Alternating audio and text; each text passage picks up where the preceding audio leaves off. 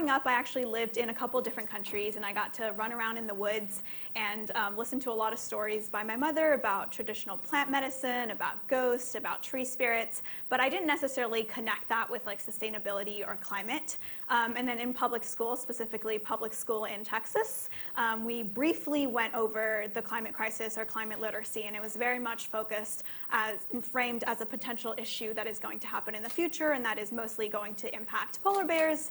And while I love polar bears as much as the next person, we really weren't talking about how climate change and pollution was impacting communities of color today. And in places like Texas and Louisiana, we see folks living in sacrifice zones where every single family has cancer due to the exposure, of pollution, and people are fighting for survival and are fighting for their lives.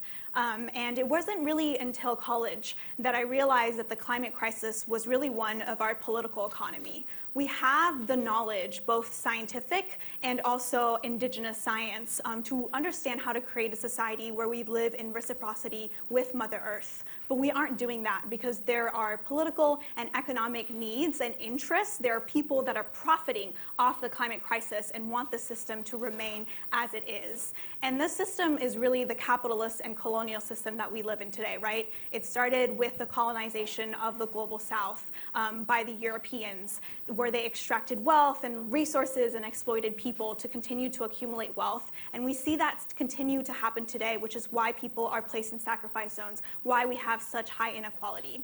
And back in 2019, I attended this exposition in New York City called the Wallerstein Exposition, and it was really cool. There was over 100 different climate education programs that tabled, and they were all very cool people, very cool organizations. But I was really shocked to see that not a single one touched on the topic of environmental justice or really talked about the social and political conditions that have led us to the climate crisis.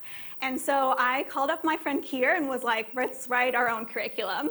And so that is what we did. I talked to a lot of different elders that were in the movement that have been on the front lines of fighting for environmental justice, and we came up with an environmental justice curriculum and were able to implement it at a local high school. And from there, more teachers started reaching out and really interested, especially teachers in communities where their students were being impacted, and they really had the lived experience but didn't necessarily have the terminology or vocabulary to express and understand what was happening.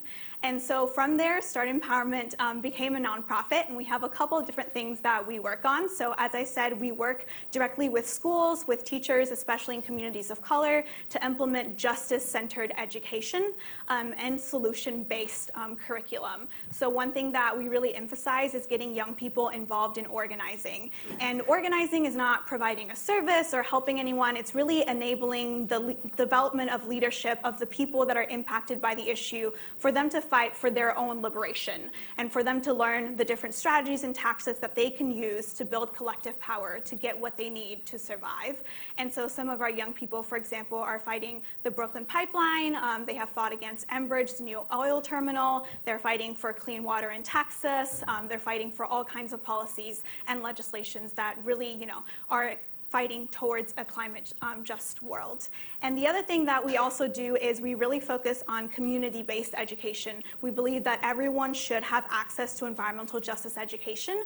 And for a lot of people, in communities of color, that's not necessarily through K through 12 schools. And so we have a lot of different public-facing events and really collaborate with the people on the front lines fighting the issues, with indigenous elders, with political prisoners, to co-create that education together and make it available and really train people to organize in their own communities. And it has really been an honor to, be on this journey for the past few years. And I think that we've really created a space where we are co-learning. We teach the students certain skills and we learn things from them as well. And I really hope that this is the direction in which climate education shifts. Because if we fail to understand the root causes, then we uphold the status quo. We can, for example, recycle as much as we can or even bring in electric buses, which I'm not saying we shouldn't do. But again, if we don't address the root causes, the inequalities will continue, and we cannot go towards green capitalism because those will continue to leave out those that are most impacted. And so we really do need system change, and I hope that that continues to be centered in climate education.